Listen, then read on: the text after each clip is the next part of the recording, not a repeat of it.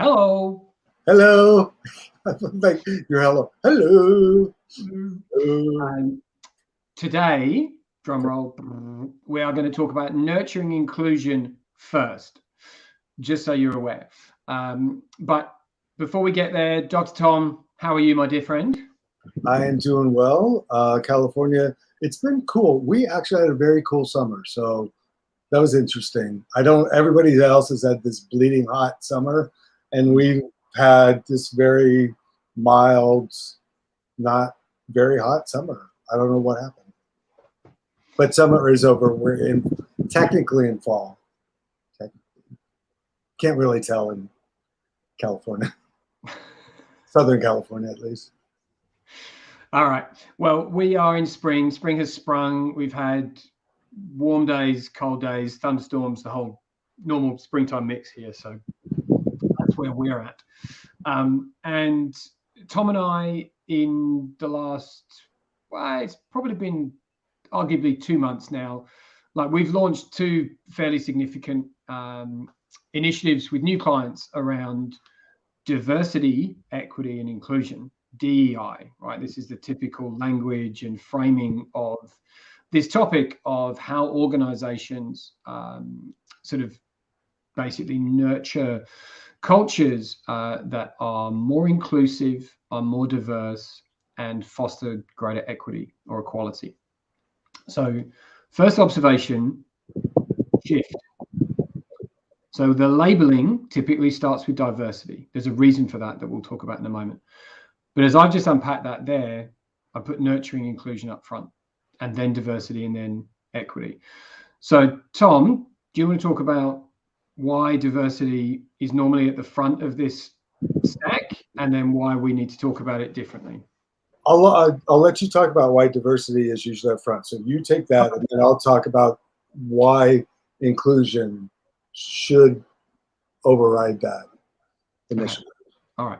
Okay. So you going to take my bit. Fine. Okay. So We'll go back and forth as usual. So no, of course. All right. So look, you'll see lots of companies declaring statistics and measurements around their diversity, and that those are typically celebrated.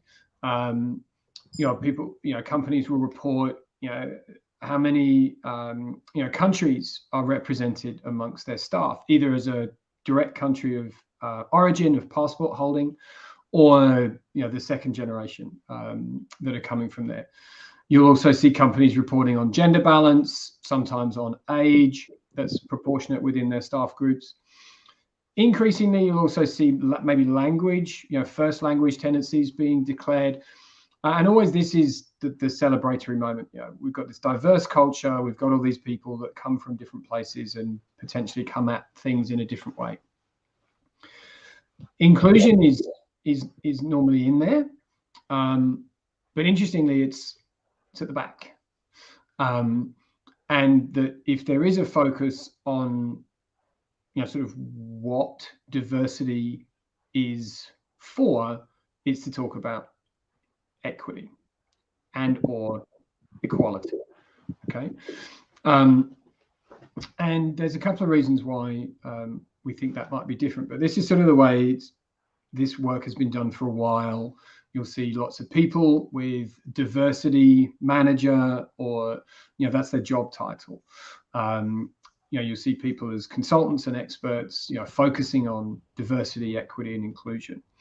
And that's good, and it's good that this work is being done, and is certainly being done more and more directly with real focus and investment than it was even 5 years ago, let alone 10, 20, etc. The opportunity that we see to do this differently, to improve the outcomes for everybody, is to put inclusion up front and really spend time and energy focusing on nurturing the conditions for inclusion first. Tom, tell us why. yeah, and as Tim talked about, diversity, gender diversity, ethnicity diversity, and that seems to be an easy answer to. And we all know nothing is an easy answer when it comes to these subjects and how we talk about them and deal with them. But in diversity, we could say we're going out and hiring some people. We're going to go get, for gender, we're going to go work on equal pay. The Me Too movement. Now we have the social justice movement, which is too far. It's been going for many, many years, but for some reason has built some momentum, and that's fantastic. It should. But if we're working on inclusion always, and that means in our workplace, if we're making sure that everybody in our team feels like they're part of our team, they feel like they matter, they feel like they're heard, they feel like they understand how they're contributing and that you're asking to contribute, roles, responsibilities, clarity, but we're making sure that people feel part of the family, then we're working on inclusion. And we don't have to wait for diversity. And we have diverse people and diverse thinking and diverse cultures within those people, but we're just not talking about it. What we're highlighting is our homogeneity. Okay, we need to start highlighting our diverse thinking, our diverse thought process, our diverse problem solving, and all the numbers will show you why this is important and why you will become more competitive than than anybody else. But the reality is that it's also just good business for good people business. Thoughts? Yes, and it essentially is the distillation of my thoughts on that. So I think every organization, every group, every team, there's an opportunity to be more inclusive. I've never walked into a group and seen no opportunity for there to be more inclusion. And there will be an immediate return on having more participation, more welcoming of divergent ideas, more expression of difference of opinion, a broader lens to be applied on a problem and on the range of solutions, right? And that's what inclusion gives you. When people feel included, that's what they'll bring. Tom. Yeah, and to bring a little personal story to this, which we try to do, is you're probably wondering why two white guys, one old, one not, that are two old white guys are sitting here talking about diversity and inclusion. And here's the deal. You have I'm actually half Mexican, and so I am a minority owned business, and I am also LGBT.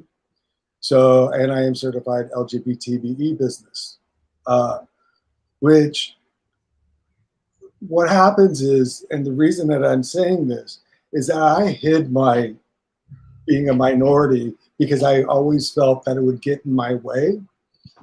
And I hid my, for a long time, as long as I could, I hid my LGBT status at work. And there's a lot of reason that that's not good for anybody.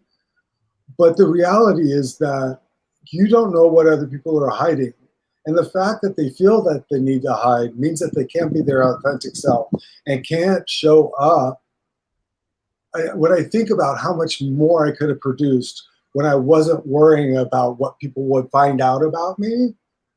And, we all have part of that, but it's a bit different when you're the other, right? And there shouldn't be otherness.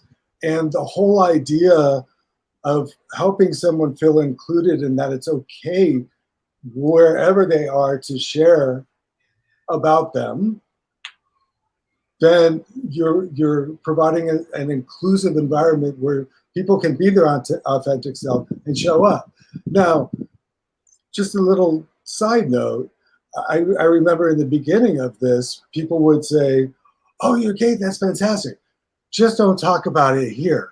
Oh, and by the way, my wife and I and the kids, we just went to," it's like, okay, what? Okay, it's okay. Hey, it's okay for you being gay. Just don't talk about it. But you can talk about your wife and your kids, and that's okay. this is the type of thing you don't know what you're dealing with in your group. And by working on being inclusive and being open, you will help other people be their authentic selves as well. All right, final thing on this, because this I think is also like a really significant missed opportunity, that companies and organizations invest real time and energy trying to foster diversity, right? They'll have positive recruitment campaigns. They'll make an effort, to bring people in from different backgrounds to reduce the homogeneity of their existing culture. And they will not get the benefits of that diversity when typically they wait until they've got the diverse group and then they start working on inclusion. Because what happens is people, see the signal and, that's okay, you're giving it a go and you're welcoming me in, which sometimes infuriates. that they have a sense that they've been hired. Oh, you just hired me because you wanted a woman on the board, or you just hired me because you wanted some more color in this group, or whatever the reason is. And I've heard that over and over and over from various different groups over the years. But they find that the conditions aren't there.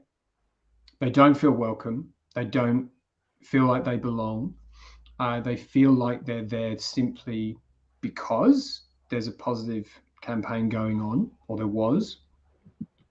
And so they don't stick around. And even before they leave, they don't contribute at the level that they can. So this is why there's really a compound set of benefits for focusing on inclusion first. One, you get more out of the group that you have right now. Two, then when you bring more diversity of age, cognition, experience, cultural origin, religion, all of these things, when you bring that in, then you get more stickability and you get more immediacy of engagement from those people also. So put inclusion first is a sense the no way you're going to lose approach to this work. Awesome. And that's 12 minutes there. Okay. Let's do 5. We'll do 5 minutes. We're trying to keep this punchy. This is complex stuff. So, we're going to continue to talk about inclusion, diversity, and equity in probably the remaining TimTom talks this year, which is probably going to be a dozen or so at this point in time. So if this is of interest to you, stick around, come hang out, chuck some comments, or ping us an email in advance if you've got a specific question. And we will see you, in another couple of days, because we're a bit late getting this one out this week. So we will see you very soon.